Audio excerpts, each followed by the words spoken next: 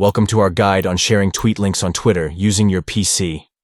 Let's explore the simple steps to easily share a tweet link with others. To get started, open Twitter on your PC and locate the tweet that you wish to share the link for. Under the tweet, you'll find the share icon. Click on this icon to reveal a list of sharing options. From the sharing options, select Copy Link to Tweet. This action will automatically copy the unique link to the tweet to your computer's clipboard.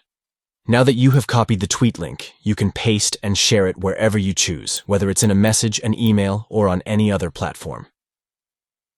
By following these steps, you can effortlessly share tweet links on Twitter using your PC. This feature allows you to share specific tweets with others, enabling you to engage and interact with your audience effectively. Thank you for watching, and we hope this tutorial helps you share tweet links seamlessly on Twitter to connect with your followers and share interesting content. Start sharing tweet links today to spark conversations and share valuable information with your online community.